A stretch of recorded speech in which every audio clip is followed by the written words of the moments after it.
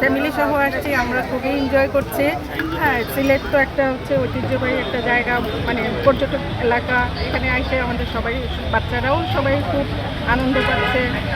আর আমরা বিভিন্ন জায়গায় ঘুরছি, বিভিন্ন টি স্টেট, তারপরে হচ্ছে লাউয়াছড়া এখানে, তারপরে হচ্ছে হ্যাঁ বিভিন্ন জায়গায় আমরা ঘুরলাম। তা আমাদের কাছে ভালোই লাগছে, খারাপ লাগে না। ছুটি ছাটার দিনগুলোতেই তো আমরা ঘোরার সুযোগ পাই, এই ছুটিতে বাচ্চাদের নিয়ে আসলাম, ভালো। আমি আসছি হবিগঞ্জ শায়েস্তাগঞ্জ থেকে, অলিপুর থেকে। আমি আসছি আমার হাজব্যান্ড, আমার বাচ্চা, পরিবার সবাইকে নিয়ে আসছি এখানে ঘুরতে।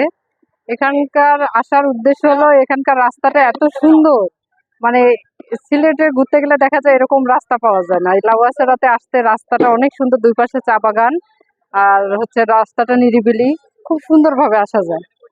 আর রাস্তাটার জন্যই মেইনলি আমি আসছি, আসলে জায়গাটা অনেক সুন্দর, এই কারণেই আসছি আমি আমি এখানে যে কেউ, একটা রেল লাইন আছে, দুই দুই পাশে অনেক সুন্দর, মানে ছবি তোলার জন্য খুব সুন্দর একটা জায়গা। আমি এখানে বারবার আসতেছি, আমি কোথাও ঘুরতে গেলেই মনে হয় যে এই রাস্তাটাই আমি আসি। এই জন্য ধরো আমার হচ্ছে 2-3 বার আসা হলো এখানে। মঙ্গলে আসলাম।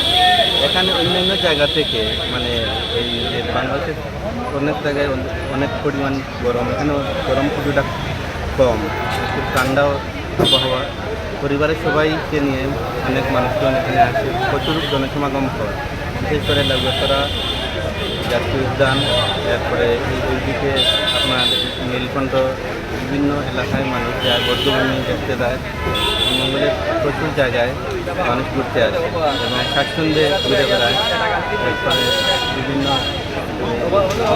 পরিবেশে মানুষ, পাহাড়ি মনোরম দৃশ্য মানুষ উপভোগ করে।